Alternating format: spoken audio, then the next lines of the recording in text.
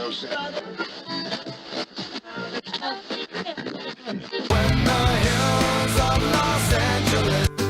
Angeles, I'm and most Hollywood nights. She goes to California, oh, California. What you say about Los Angeles? LA got the people saying,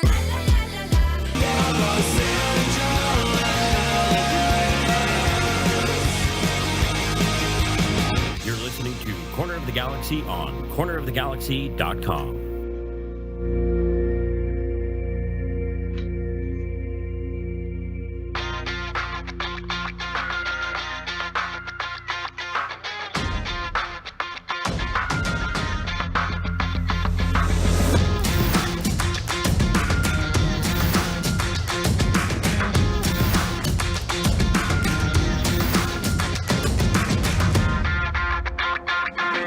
Welcome to Corner of the Galaxy, the show that talks 100% LA Galaxy soccer. We're glad you could join us. Now it's time to sit back and relax as your hosts navigate through the twisting, turning, but never boring world of the five-time MLS Cup champion, LA Galaxy. Hello, everybody, and welcome to Corner of the Galaxy on cornerofthegalaxy.com, coming to you live on a Thursday night, April 8th. The LA Galaxy sign a third designated player, a little bit of a surprise for everybody. It was a surprise for me, too, and I'm the one who broke the news. So we're going to talk a whole bunch about that tonight. We're going to explain to you why Kevin Cabral is a young DP, what that means. We're also going to get you through some preseason games, some rosters, some roster changes, a whole bunch of stuff. Honestly, it is a packed show. I wouldn't be surprised if we go just a little bit longer tonight. But to help me in this wonderful endeavor tonight, someone who is going to attempt to put up with me throughout the entire night of this show. Sophie the Cannon Nicolaou is back. Sophie, how's it going?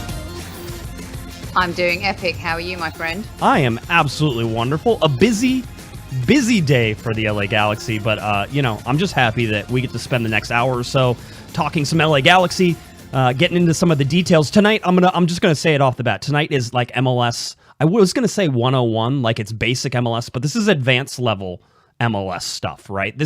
We're in like 501, MLS 501. This might be a graduate level course whenever it comes to roster rules and that type of thing.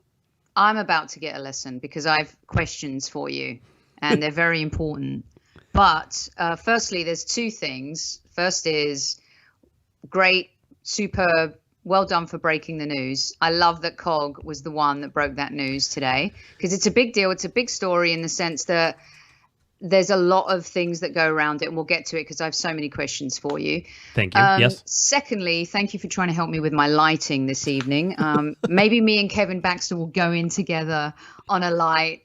We can stop by my lights from Amazon and actually do something that's a little bit more valuable because let me tell you, Josh, your new lighting, yes, it's drop the mic stuff. I mean, my wife thinks I'm crazy. Just remember, this is like our guest bedroom that I've now turned into like, the corner of the galaxy, boudoir. Let's call it that. It's like COG After Dark most of the time in here. But thank you. We're trying. It's simple. Again, if maybe I could like at some point just do a podcast that's all about like podcast setup and lighting because I've learned so much just in the last month about lighting. Yeah. I even fixed. I looked very orange when we started before, and I look like I even have a little bit of a tan, which is a stretch. So yeah, I feel like I'm being interrogated right now. I've got this light in front of me. I have no idea what to do with it. I've got a lamp over here. I've got the overhead. I broke the light, as you did break the light. Yes. It was that kind of stuff. Well, good. I'm glad. It was funny because you sent me a message earlier this week, and you've made my month with this message. I was hoping maybe you'd share this story a little bit. I've been dying to tell everyone this story. So. Good evening, everyone in chat. I hope you're all well, healthy, happy, and safe. So there I am, enjoying a breezy Saturday afternoon shopping in my local Trader Joe's in Huntington Beach. Right. And there's I'm not going to give his name away. Right. I'll ask him next time if it's okay with him. I can give his name away. But there's a young fella in there who I completely adore and is an Arsenal fan. And somehow one day, a few months ago, we got talking and it turned out he's an Arsenal fan. We're chatting away, and then And then he started talking about podcasts he likes. And then I'm like, oh, well, I have a podcast. And he's like, oh, cool. What's it called? I go, Highbury Squad. And he goes, oh, is that you? And I'm yes, but I think he only listened to it like once. And I think he mostly, was talking about Kevin Campbell, not me. Right. But then he proceeded to tell me that he was a massive Arsblog fan. And so I had to let him know that. I go in a few times, see him, we talk football.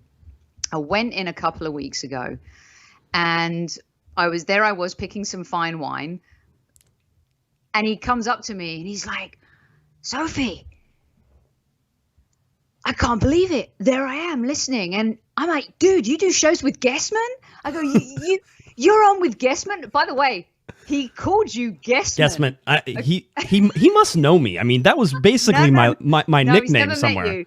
He has been listening to the podcast for a while. He's a huge LA Galaxy fan.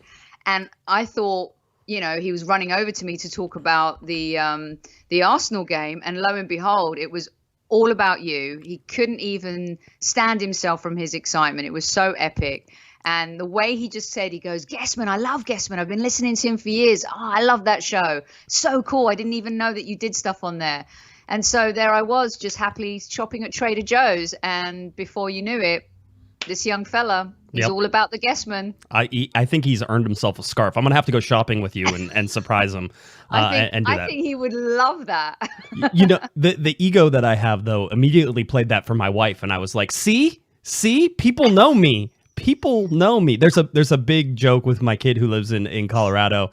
And I always say I'm really popular in Colorado, and it's like it means nothing, right? The whole deal. But he's always like, you're not popular in Colorado. I'm like, people know me in Colorado. I'm huge in Colorado, and so I told my wife I'm huge in California, or at Trader Joe's, at least at Trader Joe's. I love that you played that voice note. I couldn't wait to tell you. I was like, Josh, you're not going to believe this. And the fact that the way he said Guesman, he didn't even say it like, he was like a football fan, like Guesman, dude, Guesman. Yeah. Like you're a legend of Galaxy podcasting, Josh. That's only because I've been around. I'm getting older now. I feel older, and I can segue this nicely. I feel older, especially whenever the LA Galaxy sign a 21-year-old, and I see him, and I'm like, he's a child.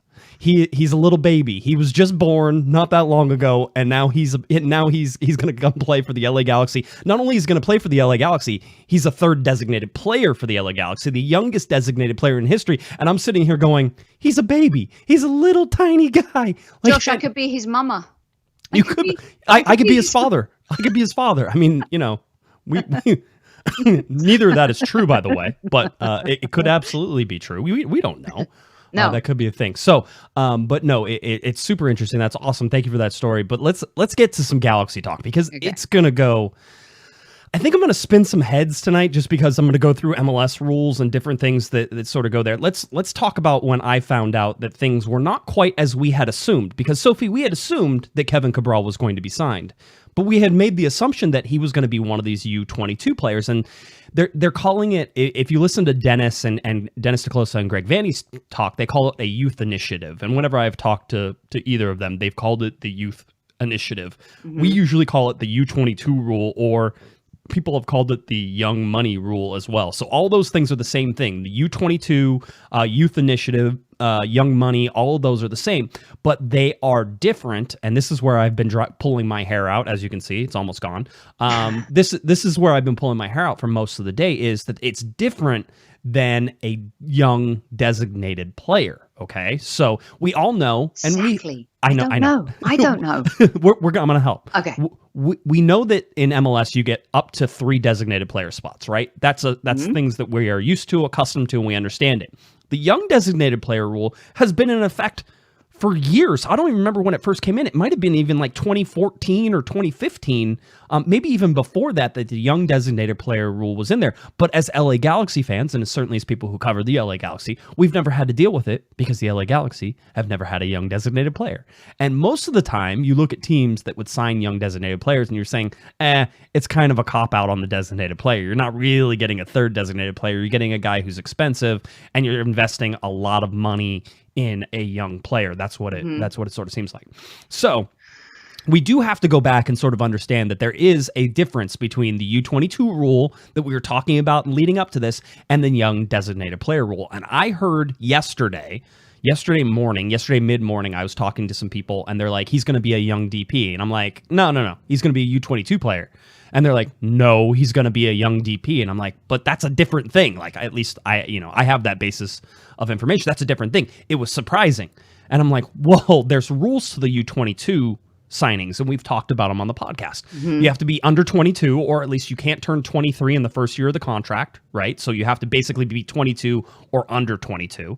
There you can have an unlimited acquisition fees. So any transfer fees that you have to pay, any of that type of stuff, it's unlimited. It doesn't matter. You could pay $1 billion. As somebody said, so if the LA Galaxy wanted to get Mbappe, they could spend $1 billion on the transfer fee, and then what could they pay him? And I'm saying, well, they could only pay him a maximum budget charge, and the maximum budget charge right now.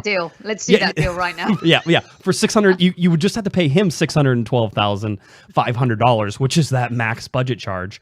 And then you could the transfer fee could be anything you want it to be. It's a magical number. It doesn't matter. It would not affect how much that would hit the cap. The U22 rule says that the player's cap hit, even though you're paying him $612 or below $612,500,000, right? Even though you're doing that, your cap hit is only $200,000. That's the U22 rule. Okay, so okay. yes. Take a breath. Time out. Okay, Yes. so did the deal switch to save for money purposes? Yeah. So I don't think it ever switched. I think we made assumptions that it would be a U22 signing, and our assumptions were incorrect. At least that was me. I never got told that he would be a U22 player. I just assumed it because it's a new mechanism, and I would assume that the LA Galaxy wanted to keep the third designated player spot open. Okay, Right. that was my assumption, and I think that was the assumption of most of the media who was looking at this. Tom Bogert from MLSsoccer.com may have got this correct before everybody else in terms of the young DP. I thought he just misspoke whenever he talked about it, but he may have been correct, and I'd have to go back and check. But I want to give him props if he did get it right, that he got it, that he was actually a young DP. So the young DP and the U22 rules are really similar in a lot of ways. Okay, but one of the restrictions is that salary, how much you can pay the player. Okay, And what is that? So with the U22 rule, you can't pay him more than the max budget, which is $612,500. Okay, that's the 612. Right. Yeah. Okay. The young DP rule, you can pay him as much as you want. I imagine. Right. It's as much as you want. But the young DP. So here's another thing that people don't also like take in. Let's take a step back. The difference between a DP and a young DP. Okay. A designated player has a cap hit, Sophie, and that cap hit is that max budget charge that we've talked about, the $612,500. So anytime you have a designated player, you have to take from your 4.2 or 5.1, I forget what the number is right now for the salary cap in 2021. Maybe it's 4.7. It's changed so much, I can't remember what it is off the top of my head. But whatever it is, you have to take $612,500 out for each designated player that you have. Okay? Then you're allowed 2 designated players. Did you know that you have to buy the third slot? You have to buy a third slot if you want 3 DPs. I did not.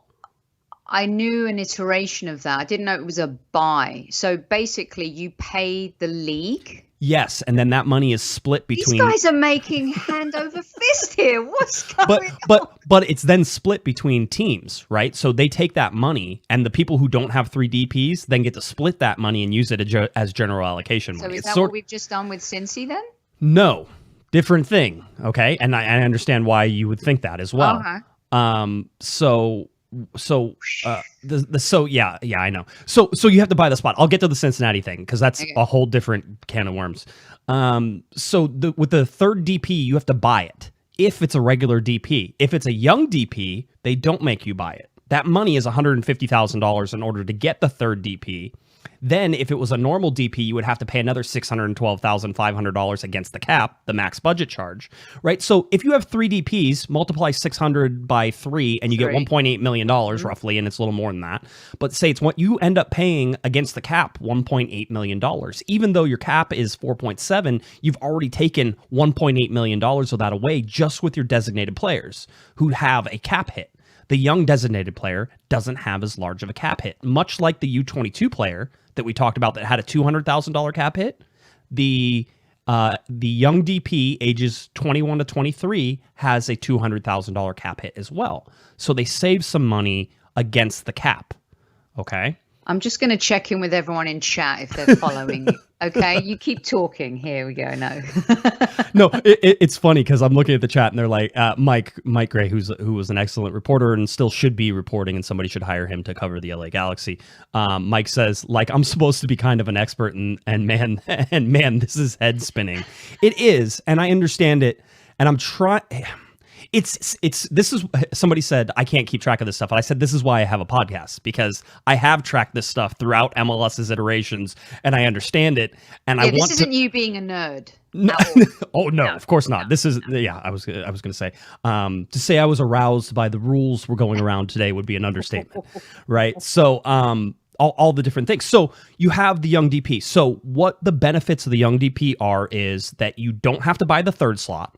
And you don't have to, and the cap hit is less. So you're spending $412,500 less on your cap, which is a significant amount of money. Imagine you could get a player and pay him $412,500. An MLS player, that's a middle to upper end MLS player for $412,500. So think about that whenever you're sort of putting this in. And they don't have to pay the $150,000 as well. So they get to save that money for buying the third slot. So that is what Kevin Cabral is. He's a young designated player. If you sign somebody under 20 or 20 and younger, the cap hit is only $150,000. So you actually save $50,000. Okay. It sounds like we've done what a lot of those big corporations do to avoid paying taxes. We've found some loopholes and done some fantastic business here. It is. I mean, and it isn't, is it? No, it's not. And people are asking why the Galaxy did this. I will tell you why the Galaxy did this. And it's not some smart play that I see. The bottom line is, and the reason that this got pushed into a young DP player instead of a U22 is because they're paying him more than $612,500 for his salary. Mm-hmm. That's it. That's the only thing that pushes us into a young DP. I talked with somebody yesterday and I asked that specific question. I go, is his salary too high? The answer came back, yes, exactly. Here's the other benefit. Okay, this is where it's going to get a little crazy just for a second, so everybody just hang in there with me. We've talked about the U22 rules. One of the U22 rules is if you have 3 senior designated player spots, we're going to call them senior and not young, okay? So that's the difference between senior and young. If you have 3 senior designated player spots, you're only allowed 1 U22 Youth Initiative Young Money signing. Only 1. Okay. So if let's say the Galaxy had Cristian Pavon, they had Chicharito, and they had Jonathan Dos Santos, then they would be able to sign 1 U22 player under the new U22 rules. Okay, which yes. Does this mean the Cristian Pavon deal's dead? Yes, for the time being. Okay. There's no way for them to bring him on yet. So yes, absolutely, they moved on from that. At least for the time being, they would have to open up another spot somehow, Sophie, and I'm not sure that they can do that right now. Yeah. Okay. So, if you have 2 senior DPs and 1 young designated player, you can sign up to 3 U22 players. Okay? Everybody I talked to about this listed that as a benefit. All right. This is how, because they're saying, because the U22 rules, as we said, means unlimited acquisition fees. So you can go out and find players that could cost a lot of money on a transfer market, right? Maybe, I mean, it's not going to go above like $5 or $6 million just because then the guy you're paying would want more money, right? So that it sort of levels out there. But, you can go out and get some really talented young players, and you could get 3 of them. The LA Galaxy now have the ability, with how they have the designated player spots lined up right now, Sophie, they have the ability to go out and sign 3 U22 players. You can also use that. You don't have to use that on internationals. You can use it on domestics. You can use it on homegrowns. You can use it on other ways to make your roster work. And that's 3 players that have a max cap hit of $200,000, right? Mm-hmm. And you can go out and acquire. I mean, they can end up being expensive players that you can put on your team. This is where the LA Galaxy think that they're, I don't know, gaming the rest of MLS with this. They see an advantage in this, okay? And I don't know if that advantage is real, Sophie, or if it's fake, but they see an advantage in going out and being able to sign multiple U22 players. they we can go to some So rosters. they've been shrewd here. Are they being? Have they done something shrewd or shady? Because there's a difference not between shady. shrewd and shady. I don't think you can do anything shady, not in the league with all the rules. Miami certainly is. Miami is trying right now. They have 4 to DPs. be shady. Yes. But how are they getting away with that? they're not, and MLS is probably going to come down on them. We'll talk about that in a little bit too. But no, I think they think they're being shrewd. I don't know. Nobody has tried this yet, so it's kind of hard to say that this is a good deal or a bad deal. Now, the amount of money they may be paying Kevin Cabral is a lot of money. And when you consider he's taking up a designated player spot, there's an opportunity cost to that, right? Because you can't go out and sign somebody like Lewandowski, let's say, just if perhaps they You're throwing Mbappe at me tonight, Lewandowski. I mean, Right. Come on, stop. We all know that Louis wants to play for LA Galaxy. We saw the He was asked. broadcast the other day. He said it. He was asked whether he prefers the East Coast or the West Coast. He said West Coast, and then they asked, okay, then LA Galaxy or LAFC, and he said has to be the Galaxy. I mean, send a plane over. That's what I say. So anyway, they think that they're being smart with all of this and how they're trying to do it. But we don't know. But I was getting to the salary. The rumor out there right now is that Cabral will make 110,000 euros a month, which is 130,000 something dollars per month, which would be which if you multiplied it by 12, and I don't know if they actually run the contracts in 12-month segments or how it works, but if they do, that would be close to $1.5 million per year for a 21-year-old. Ligue 2. Yes. Mm-hmm. Yes. And he's played like 69 games. Yeah. Here is the spin. The Galaxy certainly, Sophie, think, and I don't know if that number's true, so let's not pretend that we have a certain in on that. That was a number reported in a French publication, and I have now shared it with you. I don't know if that's true. The thing that they're trying to go after here, and the thing that I think everybody has to understand with this, is they see a guy who has a ton of upside, right? They see a guy who can make an immediate impact at 21 years old. They see a project, because I certainly talked to some people who said he still needs some work, certainly. But what they see is an investment. They think that this kid could absolutely tear Major League Soccer up. And I don't think they would have gone this direction if they didn't think that. So you get to gauge that, Sophie, right? We all get to gauge that. We get to see if they were right or if they are wrong. But at 21 years old, you just replaced Cristian Pavon with this 21-year-old. You replaced one of the best midfielders I've ever seen play for the LA Galaxy. A guy who was your leading goal scorer and really your only real consistent form of offense in last year, and then the year before obviously was Zlatan as well.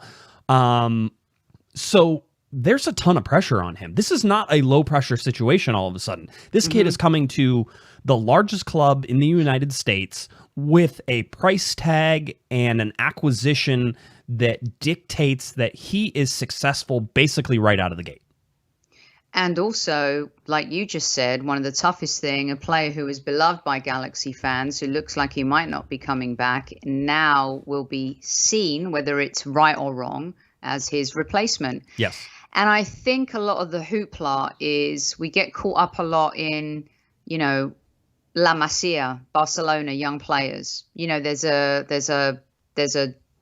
something about them because you went there, you studied there, you were born to play football there.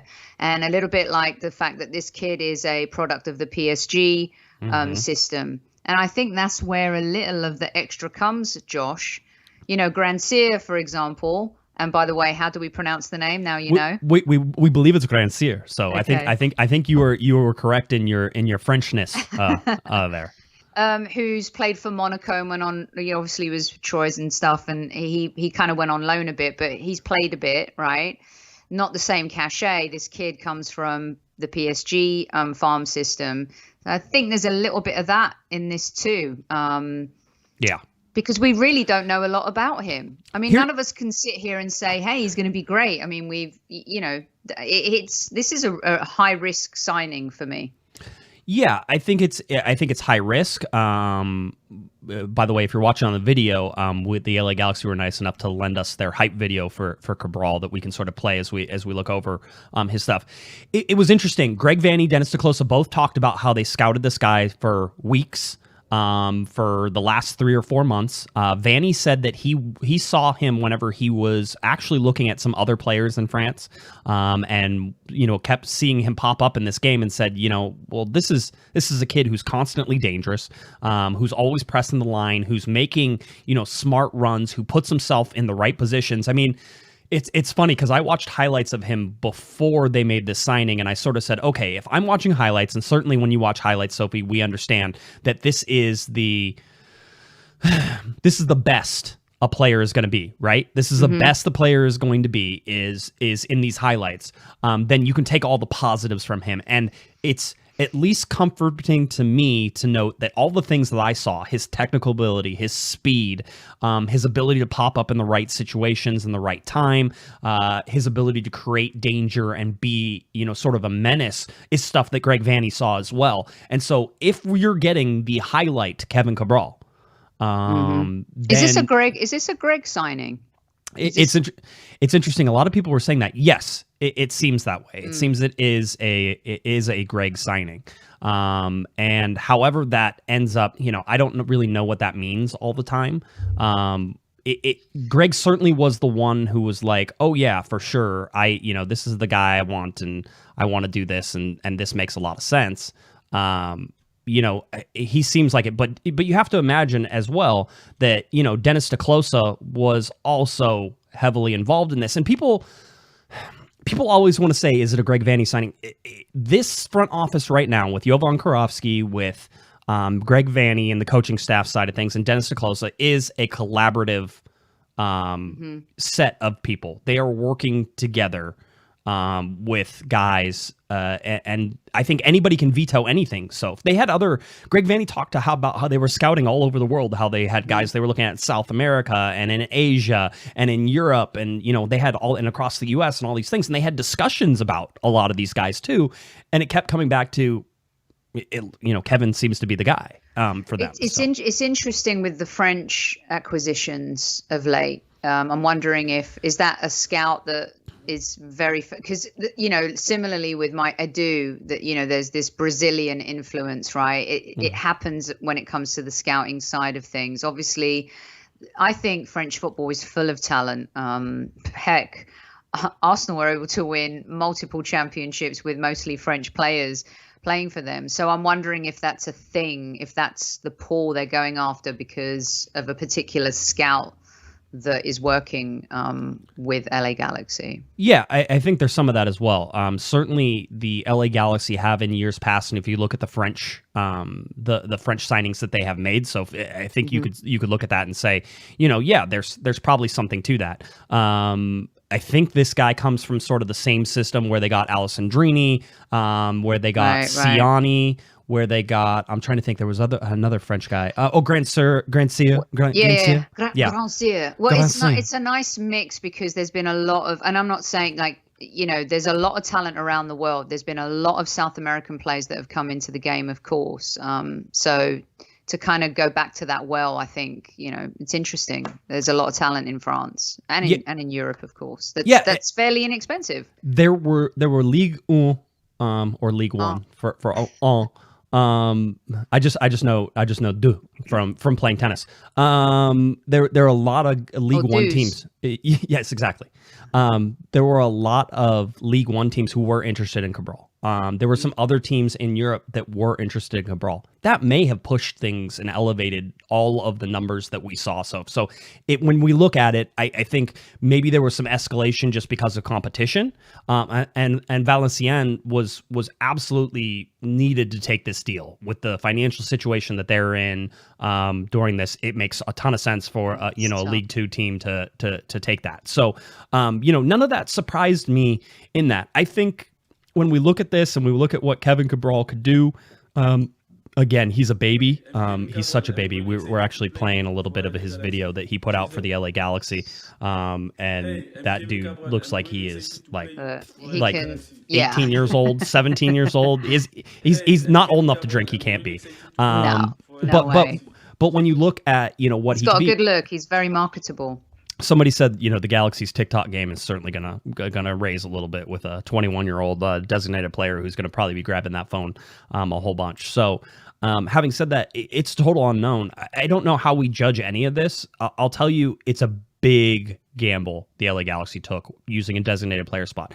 They were asking in the chat room as well, by the way, about Cristian Pavon. There's really something interesting that could happen. It's unlikely to happen, but it could happen, is that if we go back to how much Cristian Pavon was making whenever he was playing with the LA Galaxy, he was making around $1.2 million, $1.3 million a year in salary. Now, there were transfer fees and loan fees that the Galaxy were paying, so he was out of a TAM deal and into really a designated player deal, and that's why it happened. But if you got Cristian Pavon for free, Sophie, in terms on the transfer, and he has said, basically, I think his dad said, or his agent said, that they're going to wait 6 months, and then after 6 months they're going to sign a deal with somebody, because his contract is not up this summer, it's up next summer, I believe. And so you could technically get Cristian Pavon for free if all the sexual assault charges come back as being, dismissed, not true. I mean, there has to be a whole sort of PR wash to that as well that works out well. But perhaps we had double ankle surgery too. I mean, and by the way, that ankle surgery was really expected to make him a better player. There were very few people who were like, oh, well, he's never going to be the same, because they were really just cleaning stuff out more than anything else. But you're right, it's surgery. Anytime you go in, you could come back differently. Right. There are chances, I think, for Cristian Pavon to be with this LA Galaxy team, but things have to change. And you talk about Jonathan Dos Santos' contract, because Greg Vanney said afterwards that it doesn't necessarily rule out Cristian Pavon in the future. He didn't mention him by name, but he says we all know of somebody who possibly would come. It doesn't rule that out in the future, and that got everybody excited. And I'd say just pump the brakes on that a little bit, mostly because you needed an open designated player spot. You don't have one. Could you get Jonathan Dos Santos down to TAM after his contract is up? I was just about to ask you that. Yeah. Yes, I think you could. Because he's not that far. I think he's at $1.9 million. And so really, I think the TAM level is like 1.7 now, and it goes up higher next year. The TAM level, actually, the ceiling on that raises. So Jonathan Dos Santos takes a $200,000 bath and they extend the contract out and he makes more money. It may make some sense. It may not make sense. You have to sort of see how Jonathan Dos Santos plays this year. How do you, real quick in a nutshell, how do you see that midfield to forward line working then with this signing? What's his starting lineup from that point? Chicharito is going to be up top and probably by himself. I think people will make a bigger deal about that than what we've seen sort of in preseason, but he's going to be up there as the lone striker. We'll say that works. I think that Cabral is on the left-hand side because he's a right-footed player. He inverts much like Cristian Pavon did. So you're going to see him as the left winger. I think on the right side, it'll be Grandsir. I'll get it eventually. I'll start to really, it'll eventually flow right off the tongue.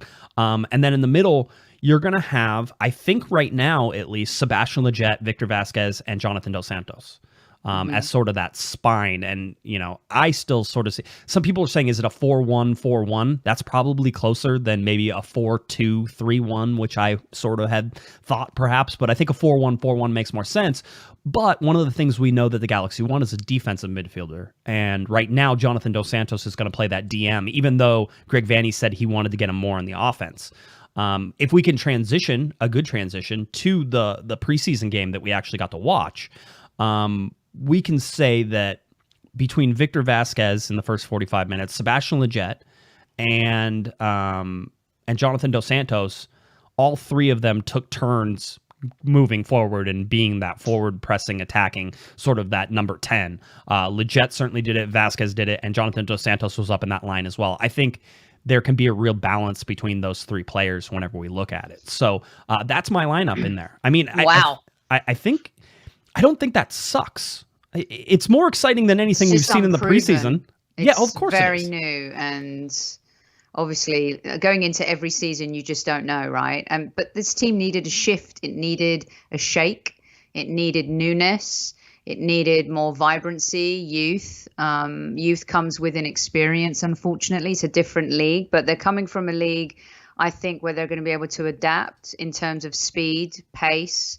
The travel's obviously going to be a stickler. That's going to come as a shocker to Grandsir, to both. It's just going to come.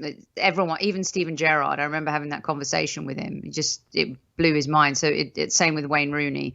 I think everyone underestimates how tough it is to actually play in this league with all of that stuff going on. But I mean, here's the scoop. I don't think when you look at everyone around MLS, is there a team where you're like, wow? I mean, no, and yes at the same time, probably. I mean, I think that there could be some good teams. I think Columbus may end up being. Columbus was playing in Champions League tonight and won 4-0 in their match. Columbus just got better, and they're defending MLS Cup champs. And they were pretty good, last year, I was going to say. Yeah. So, I mean, when we look at that, it's sort of, we sit there and go, well, okay, does that make sense? Orlando, Orlando might be good again, but maybe because of Oscar Pareja. I mean, yeah. I can't. How can you not love Oscar Pareja? With a lot of this stuff. So, I think he does a great job there. I mean, there's lots of people who have lots of things that could perhaps be good, but I don't know that we know. I mean, listen, LAFC is certainly not going to be a bad team this year.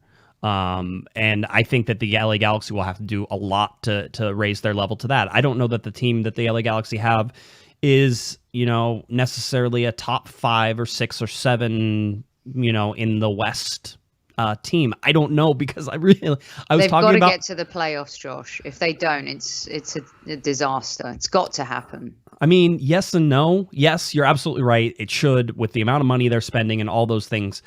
Would I be surprised if they missed it this year? We talk about Cabral. Cabral's still in France. He hasn't got his visa yet, Sophie. He hasn't come in yet. So, I mean, are we really going to be surprised whenever he's not available for Miami the first game? He may be available for the New York Red Bulls game. So, I mean, to me, the only bright spot that I can sort of say is that for the first 45 minutes, and we only got 45 minutes, Greg Vanney told us so in this game against the Colorado Rapids, we got 8 starters out of it. We got 8 starters. Sophie, I haven't seen 8 starters on this team all preseason. You got Bond, who's a starter. You had Araujo, who's a starter. Steres is a starter.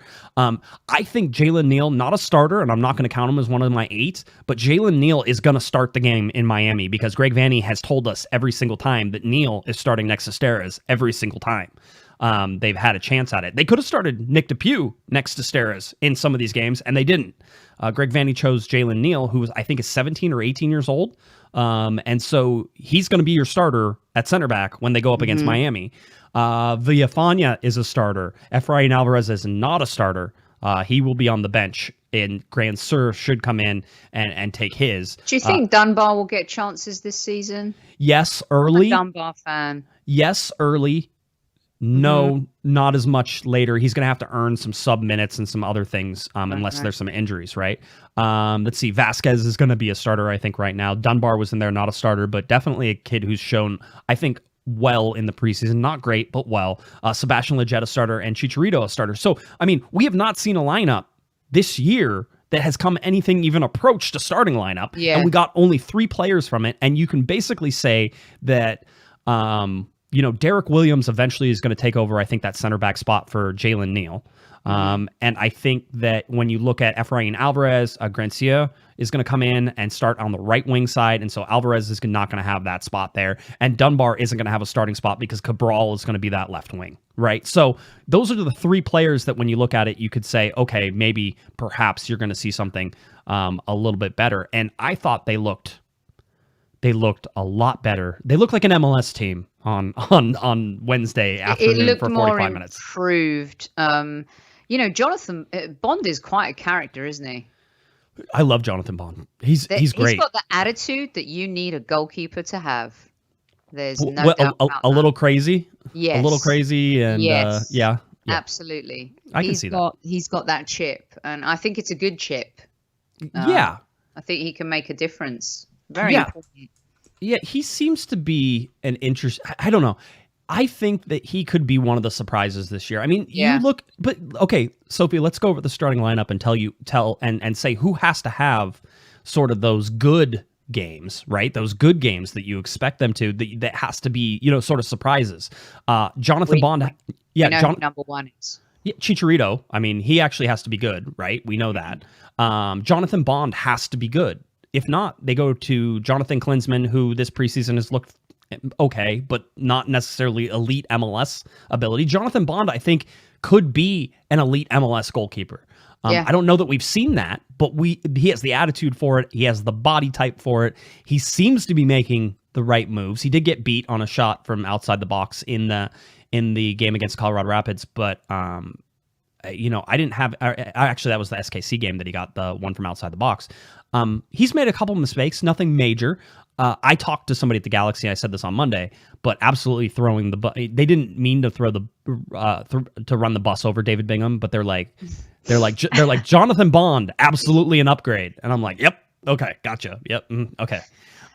So you see that, but I mean, they have to hit on Cabral in order for the LA Galaxy to be, a playoff team this year. They have to hit on Grandsir to be a playoff team. I think Dos Santos has to have a big season. He has to have a big season. He was missed with the injury last season, and just hasn't. I think at some point, especially if you're a DP2, he's got to be a true leader this year. And he's got to lead on the pitch. And I think if he's on form and on fire and he has one of those seasons, I think, this team can make it to the playoffs. I think what he does is so important, but he's got to do it better than he's ever done it. And he looks ready this season. He looks ready. Can I tell you that I think this LA Galaxy team, if they hit on 3 out of 4, 75% of their new signings, if they hit on those, maybe have 1 or 2 ones that don't just quite do as well. If they do that, I think that they're a, top 4 or top 5 team in the Western Conference. If they hit on all of them, they could be a top 3 team in the Western Conference. And then it's a matter of, can Greg Vanney, give them enough? I'll tell you right now, they're already better coached. You can see it in how they're playing. You can see it in how they're reacting. Greg Vanney has already fixed some things. And, I see... And I'm certainly aware of, and if you're on Twitter enough, you see some of the journalists who have suddenly decided to start paying attention to the LA Galaxy because Chicharito is on there. And you see them talking out their back ends a lot of times about stuff about the LA Galaxy. The Cabral signing was certainly one of them, which is they don't get it. They don't understand it. I admit it's a risk, right? But this was, there was something to the effect of, this is what happens when a team focuses on one player and then can't get them, and then they make a stupid signing like this, right? And I'm like, that's not what happened here. And the LA Galaxy have been looking at this guy for months and months, making sure that they make the right move. Greg Vanney has been very deliberate about these things. And what you're seeing right now is that the defense is better, not only for the pieces that they've added in O'Neal Fisher, Danilo Acosta, Jorge Villafana, Derek Williams. They've added some good pieces that back up there. But as well as the fact that now they're actually in a system that prioritizes the defensive shape. And Ta-da! What do you know? I mean, there's been misses. Yes.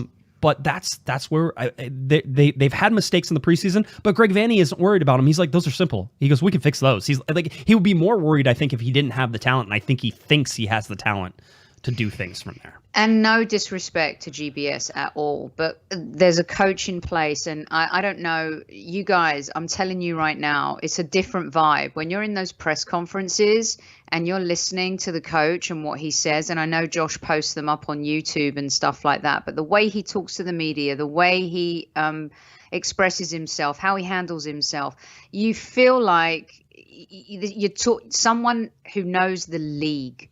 And these things are important, especially when you have a team that's just coming together, right? And it needed to happen.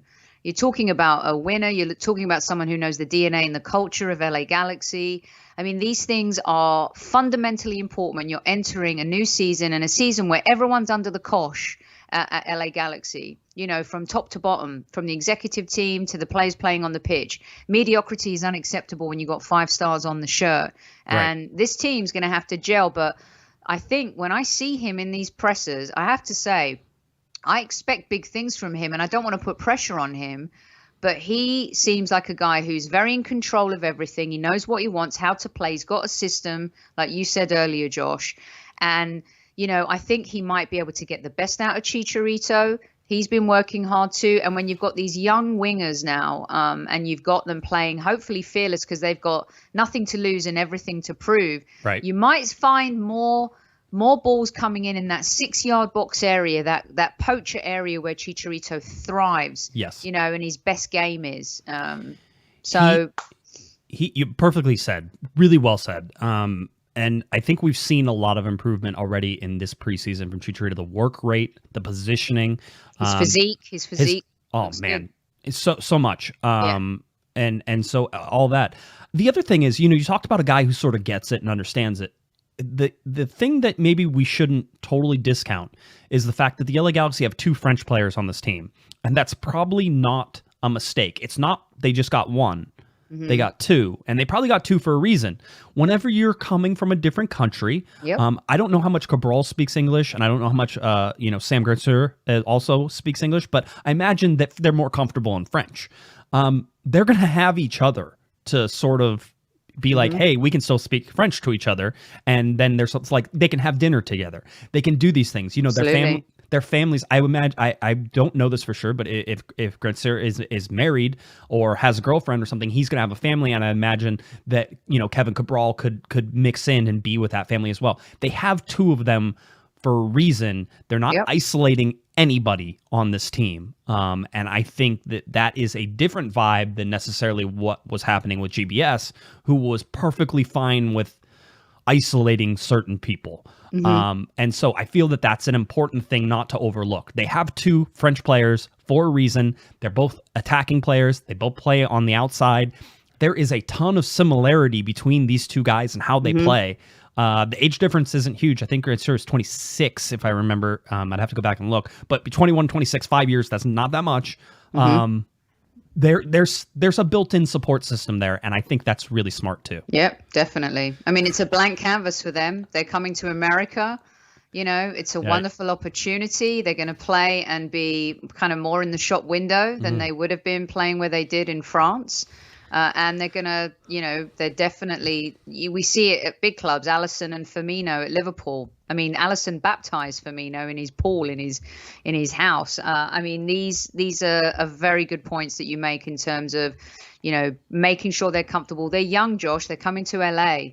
You know, when I moved here from England, I was fluent in English, of course, and I was much older, you know, I was 30 years old. But coming here, you're moving to a totally different country, and it's still a big deal, you know, and they're very young, and the fact that they'll have each other and a great support system. The Galaxy are really good at that kind of stuff when it comes to that kind of stuff now, obviously, but the team around them, not talking about GBS, but the club, they look after their players. I was going to say in the chat room, if you want to get your super chat questions, and now is your time. And I think Will put in a $2 super chat at the beginning of the show. I didn't want to miss it. Just we had a lot to talk about. Yeah, David says Grandsir is 24, so you have a really close sort of thing there. But the Commercial Underground also says, you know, Pavon, Polenta, and Fabio Alvarez were best buds. Yes, there's always cliques. You should have cliques within every locker room, as long as they don't become cliques that are toxic. Correct. That's whenever it's an issue, and certainly as it goes. All right,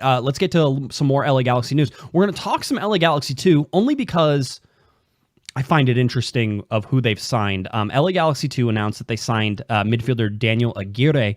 Aguirre has been playing almost the entire preseason with the starting MLS side in all these preseason games. He's been playing as a central midfielder. He has looked more than comfortable on the starting MLS side and playing against MLS competition in this stuff. And so we knew he was an LA Galaxy 2 trialist. I thought with just looking at what he was, that he was a lock to get signed by LA Galaxy 2. They did sign him. I wouldn't be surprised if at some point during this year, with things and players moving back and forth between Galaxy 2 and LA Galaxy, that he doesn't make some appearances for technically the senior team. Possibly if there are any cup competitions, if the LA Galaxy somehow get into the US Open Cup, Aguirre certainly could be one of those guys who gets loaned up and played in the cup competition in those things. So I think that's really interesting. Signing. He's just a guy that has totally stood out in the preseason, and so you wanted to see that. How old is he? He is. Oh, he was born in '99. He's 21. Another 99er. Man, the year I graduated high school, by the way, 1999. Gosh, I know. At least I'm not the oldest one on this podcast, right? I was actually 28 in 1999. I need to sit. Yeah, I was gonna say you might need something stronger than whatever you're doing. Than this, yeah, absolutely. Here's the other LA Galaxy 2 signing I want to talk about. Okay, so Will says with a little super chat, he says, "Did you get an official jersey to raffle?" Relax, we'll get there. I'm gonna try to get an official LA Galaxy, possibly player issued jersey to raffle off, because I have been one of the only people to sort of keep track of all the jersey stuff. That's a very interesting do you want to read off Aaron's $5 super chat? There is a theory. Yeah, go ahead. There is a theory that Sophie is faking her accent. Please discuss.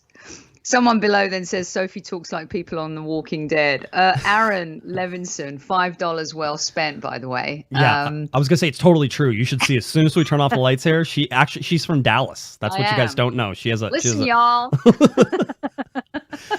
That's it. And then Christian Morales with his super chat in there as well says Lacazette is a free agent next year if we continue on this French signing spree. I mean.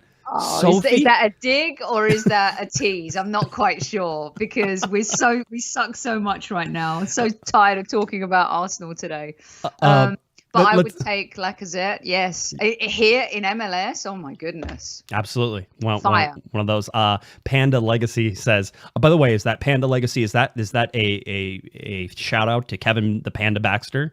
Just you're the biggest Baxter super fan ever. Says, can't wait to take my 7-month-old baby to the home opener and rock his retro jersey, Amor Eterno. So there you go, a little $5 super chat. We appreciate that as well. So good. I'm glad you guys got your super chats in there. We have to keep this beast fed for sure.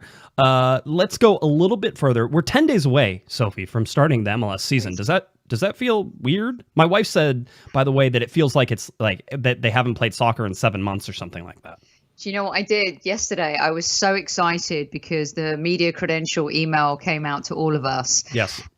And I literally filled out the whole thing. Submit. Yeah. Submit. And I was thinking, crikey, I hope Chris and Vicky don't hate me, because they, it was like, I don't know, 17 games. Yeah, it is. It's a lot of games. It's interesting. A little inside baseball, or a little behind the scenes on how they're doing it. Most of the time, the beat journalists, the LA Galaxy beat journalists, Sophie and I are both beat journalists. Kevin Baxter's beat journalist. Damian Calhoun, Scott French, there's a whole bunch of other guys who are beat journalists. Basically, the LA Galaxy is our beat. It's what we cover. But we're able to apply for. I didn't mention Larry, but Larry's on next week in place of the Hammer.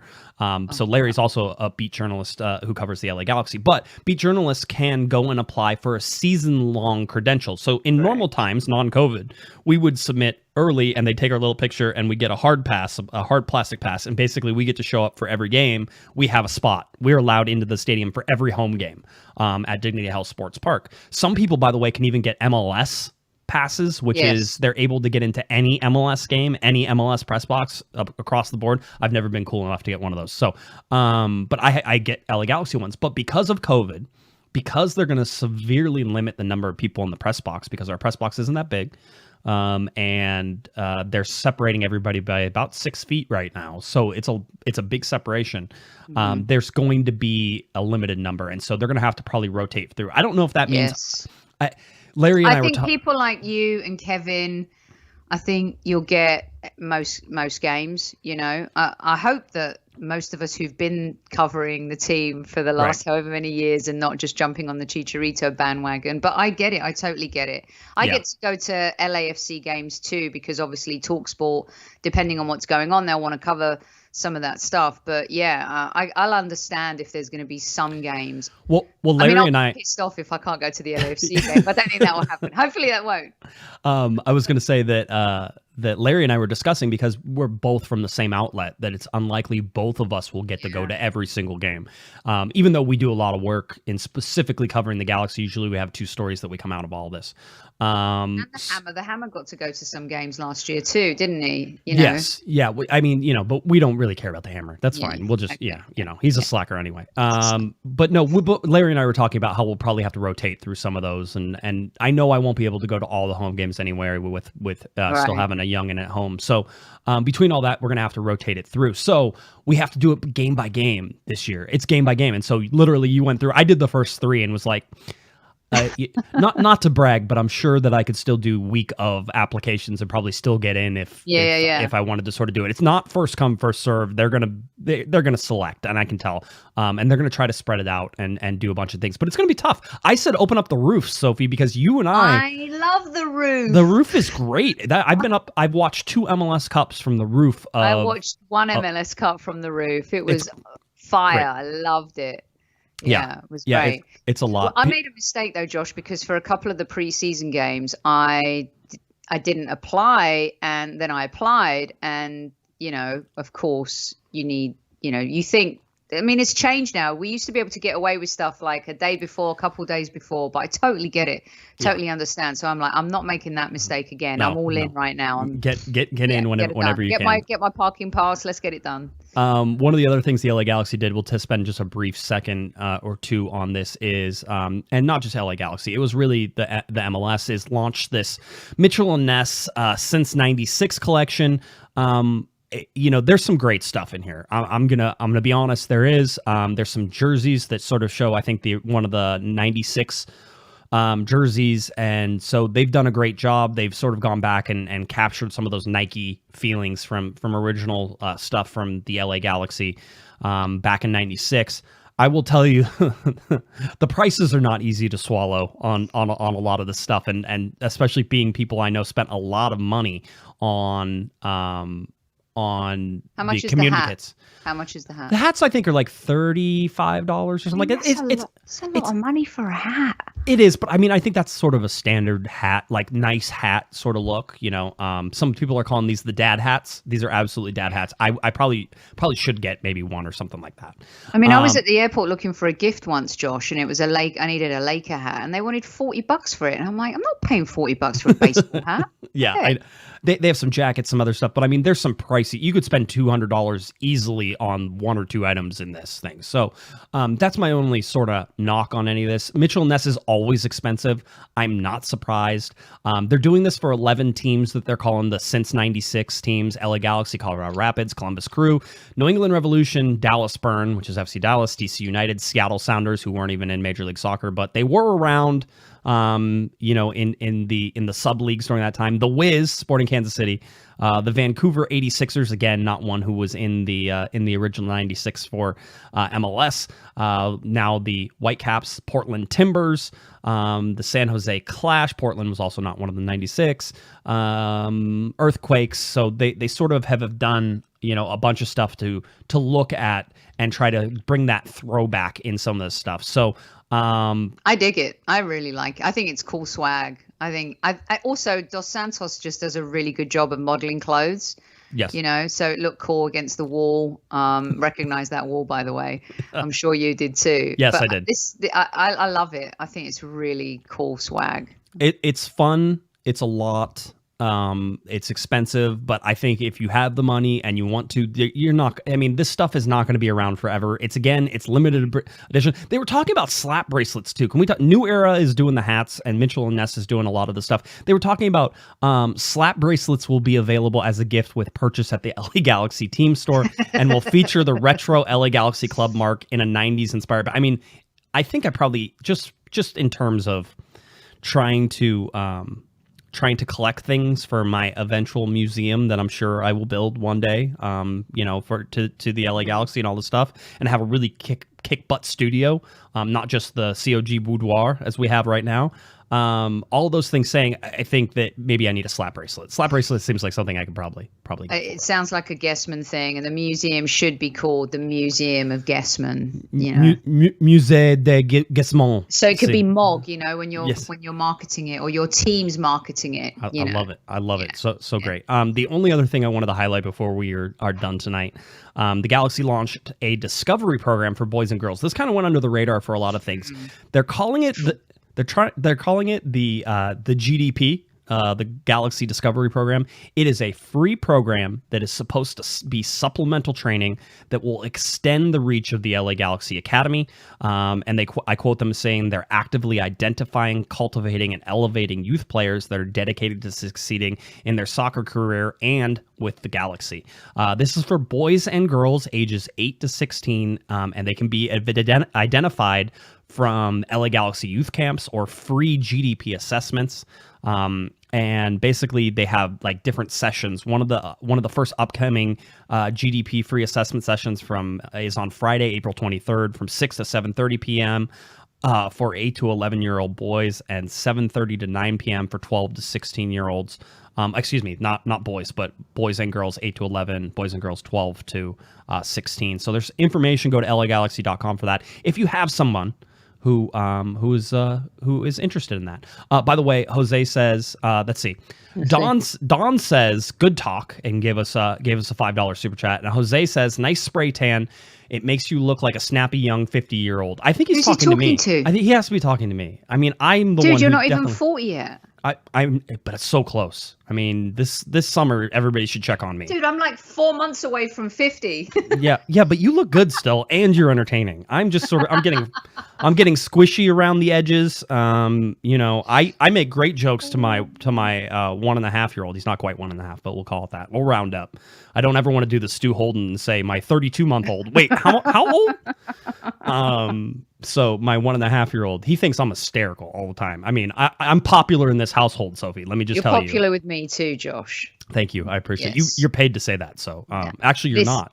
No. Don't let people think for 1 second I'm getting paid for this. That's all we need. I know. There's a certain freedom whenever you're not paid for doing some stuff. It's like, I'm not getting paid to put up with any of this, so I don't really need to. Just an update on the roster real quick before we sort of put everything. The LA Galaxy at 27 players. Kevin Cabral goes in and takes that 27th spot. They are now one international slot away from being completely full. We talked about the U22 side of things and whether or not they could add some people, Soph, and yes, they can. It's just, as of right now, it would only be one international player, and I'm guessing that that's going to be a central defensive midfielder that may not even hit the U22. So that U22 may be down the road, maybe more domestic based. The Galaxy could go out and do some international stuff as well. So looking at that, and then the 3 designated players. Just before we leave, I want everybody to understand right now, the LA Galaxy have all 3 designated player spots taken up. There is no room for Cristian Pavon to come in as a designated player. If anybody tells you that there is, you smack them. Just across the face. You say, don't do that. No, bad. You with spray bottles. Just spray them in the face. No, bad. That's not how it works right now. Okay? Well, Cabral can end anyone's misery pretty quickly if he gets off and plays well. I mean, players come and go, but the badge is the badge, right? That's absolutely it. That's it. At the end of the day, if it's not going to work out, too many issues with Pavon as well. So the club are being sensible about how they're handling it too. Yeah, they are. We'll see how everything sort of goes with this. We're not expecting that Cabral is in the United States this week. Maybe next week. Maybe before the Miami game, he does actually get into the U.S. Yes. Do you think I'll sound like I can't say the word because remember. No, nothing in the swear jar tonight. Yeah, nothing in the swear jar. That's right. I'm going to ask my first question to him in French. Oh my. Wow, you're going to see, and I don't tell Baxter. Yeah, I was going to say, you're going to be definitely be a head above the rest of us. Cause I don't know that Cabral or Grandsir, are speak much English. I haven't got that back yet. So we'll see if they do speak a bunch of English, they'll be on the show. Okay, I will get him on the show. I am currently in the queue for Derek Williams. As soon as sort of he gets settled and he gets a chance, we're going to get Derek Williams on the show. Top shelf guy. There's another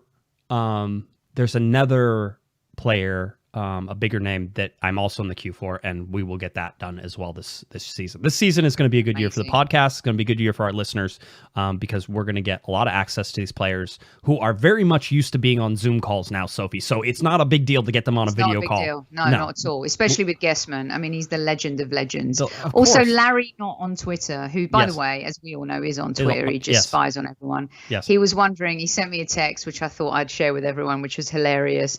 When you were doing the DP stuff and the whole deal stuff at the beginning, he wanted to know if there was going to be a quiz after that breakdown. There should be, because quite honestly, I need the people who listen to our show, Sophie, to go around and tell people how this stuff works.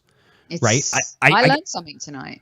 I'm glad you did, and I hope everybody did, but you need to explain this to the people you're sitting next to, because MLS does a really poor job of explaining it. And you're smart. We understand the pressure that's on Cabral because we understand how he was acquired, right? There is more pressure on him than if he was just a U22 signing. This is a bigger deal. The LA Galaxy have tied their boat to Kevin Cabral right now, and if he floats or sinks is sort of going to be how the LA Galaxy do, because he's taking up, a designated player spot. We talk about in LA Galaxy land how much a designated player spot is worth, Sophie, and you could put a number anywhere between $5 and $20 million whenever you think about how much the LA Galaxy could spend on a player to bring them in, right? Like if Leo Messi is available, can you tell me the LA Galaxy wouldn't go out and spend between $20 and $30 million to bring Leo Messi in a heartbeat, Ronaldo, right? Messi, there's certain players, and they're coming up. There's going to be a crop of players that are going to come up. They're being smart, and let me tell you, if this kid could set the world. He's the one. It's up to him now. He can be a superstar in for this team, and he can make a name for himself. And I hope he grabs the opportunity, and I really hope it works. I really do. And it would be really good to see this team be more competitive this season. Please. And of course, get to the playoffs.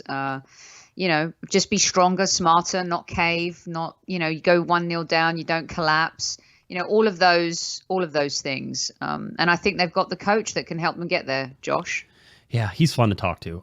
He's so much fun. The press conferences are so much fun now. I don't want to miss one. They are a lot of fun, and Greg Vanney, he gets it. It's funny. I'll say this, and I didn't get to say this because when you say it on Twitter and it comes out, people don't understand how you're saying. But we did get to talk to Victor Vasquez for the first time, and there's some footballers that you talk to, Sophie, that just get it.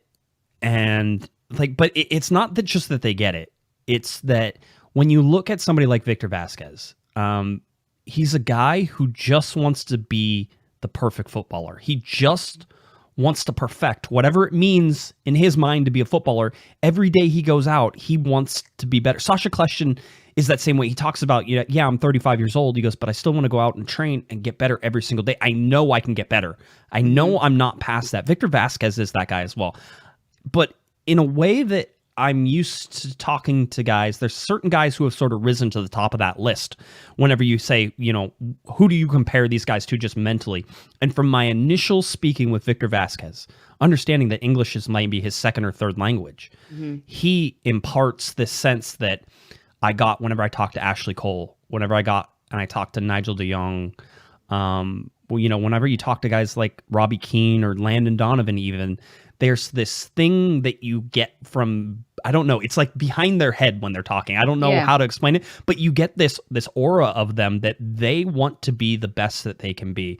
And as far as I'm concerned with Victor Vasquez, I get that, and just it's exuding from him anytime he says anything. He's like, yeah, I'm older. I get it. He goes, doesn't mean I'm not a good footballer, and I will be a good footballer for this team. And I didn't want to come just because, and I'm paraphrasing a lot, but I didn't want to come just so somebody could pay me to play football. I came because somebody had a project, and Greg had a project, and he said that Greg is more like a best friend than a coach. And he goes, and I want to be involved. And I want to be here in LA. I mean, just they need a player like that in the dressing room.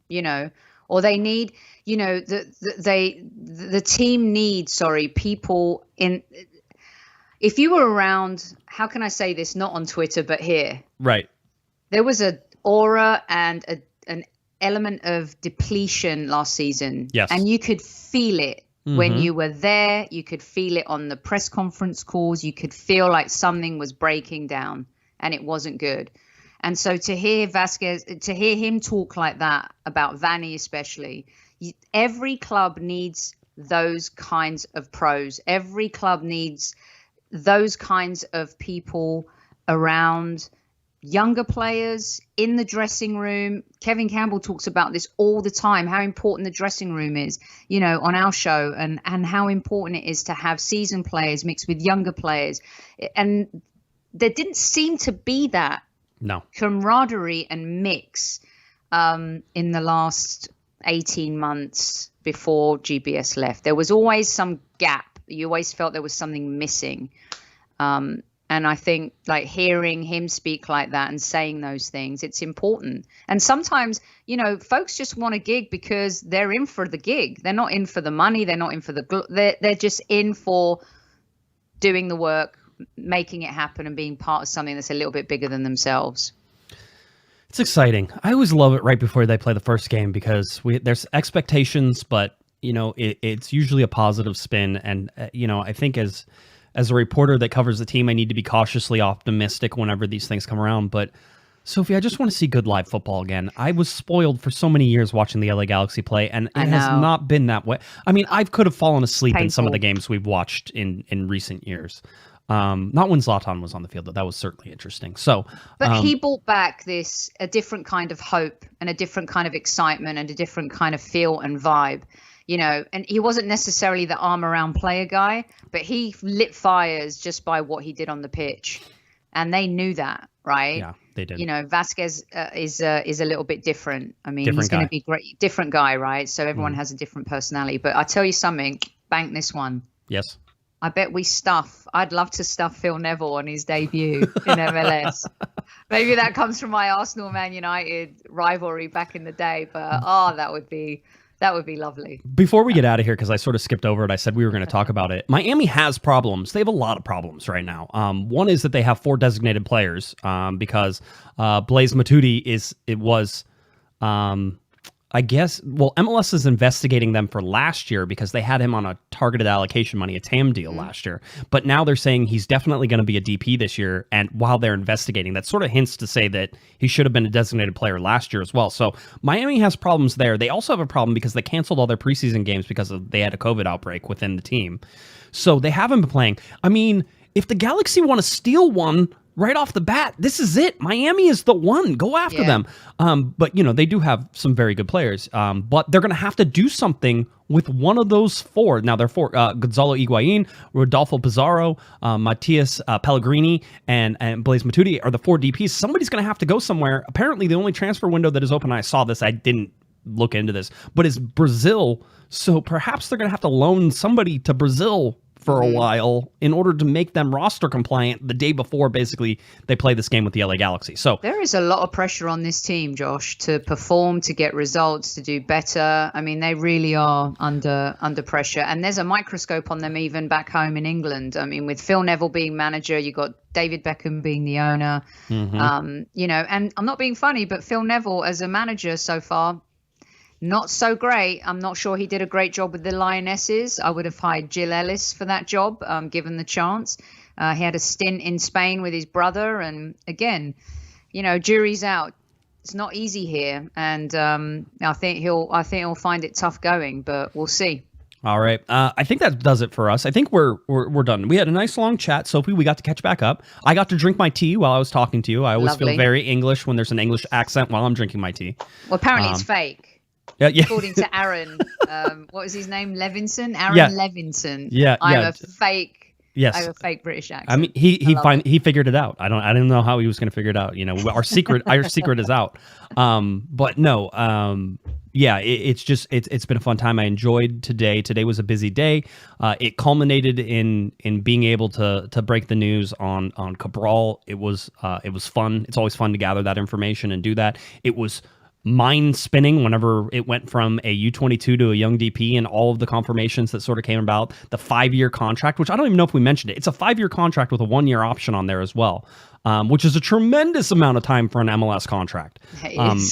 So anyway, we will break all of that down some more. The LA Galaxy play on Saturday, 5 p.m., LAGalaxy.com. This is their last preseason game against Real Salt Lake. You're going to want to watch it because there's a good chance that you actually see a starting lineup that goes probably into the 75th, 80th minute of this game. That will probably be what happens in Miami. I would imagine what we're going to see in Miami, -1 or 2. Might see Grandsir for the first time. Could be on Saturday. So all that stuff is coming up on Saturday, LAGalaxy.com, 5 p.m. So it should be a lot of trouble, or a lot of fun. Lovely. I was looking at Aaron saying I'm in trouble. So, because he said, great, she memorized my name, I'm in trouble. Yes. Absolutely. Sophie's in trouble. All right, Soph, why don't you tell people where they can find you, and we will get on out of here. Oh, thanks, Josh. Always great to be here. Thanks to everyone in chat. You guys are always awesome. You can find me at Soccer Diva on Twitter, and if you love a little Premier League and Arsenal and general football European talk, at Highbury Squad on YouTube and everywhere else. Until next time, it's been emotional. It's been great. All right, if you're looking for me on Twitter, it's at Guesman, JGUESMAN, and of course, at Galaxy Podcast. Please head on over to cornerofthegalaxy.com. We have video, we have coverage of Cabral, we have your podcast, we have all that stuff. You can find it, cornerofthegalaxy.com. Go subscribe, go rate, go comment, go to YouTube, do all that fun stuff for us. It helps us, and we are so glad to be here for your 2021 season, our 13th season in charge here at Corner of the Galaxy. All right, for Miss Sophie, the Cannon, Nicolaou, I'm Josh Pato Guesman, and you've been listening to Corner of the Galaxy on cornerofthegalaxy.com. Have a great one, everybody. You've been listening to the Corner of the Galaxy podcast on cornerofthegalaxy.com. You can follow the show on Twitter and Instagram at Galaxy Podcast, and be sure to check out and subscribe to iTunes, Stitcher, and Facebook by searching for Corner of the Galaxy.